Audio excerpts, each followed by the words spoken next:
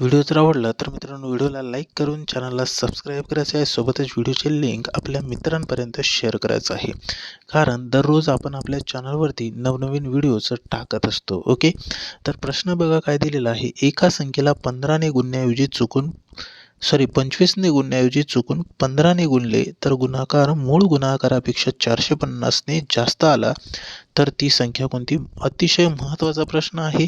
वारंवार परीक्षेला अशा टाईपचा प्रश्न विचारला जातो.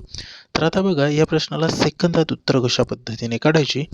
तर या ठिकाणी काय करायचं मित्रांनो, 25ने गुणण्याऐवजी 15ने गुणले. मग गुणाकार किती आहे? 450. 450 लिहून घेतले.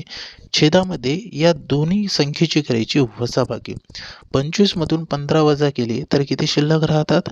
10 शिल्लक राहतात. ओके, तर आता बघा करायचं भागाकार. हा 0 0 कॅन्सल, राहिला का 45. मग 45च आपल्या प्रश्नाचं उत्तर आहे.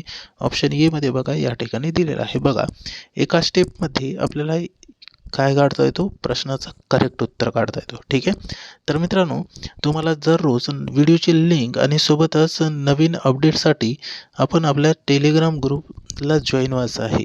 मग याची लिंक तुम्हाला डिस्क्रिप्शन बॉक्समध्ये मिळून जाईल. त्यावरती क्लिक करून टेलिग्राम हा ग्रुप जॉईन करायचा आहे. धन्यवाद.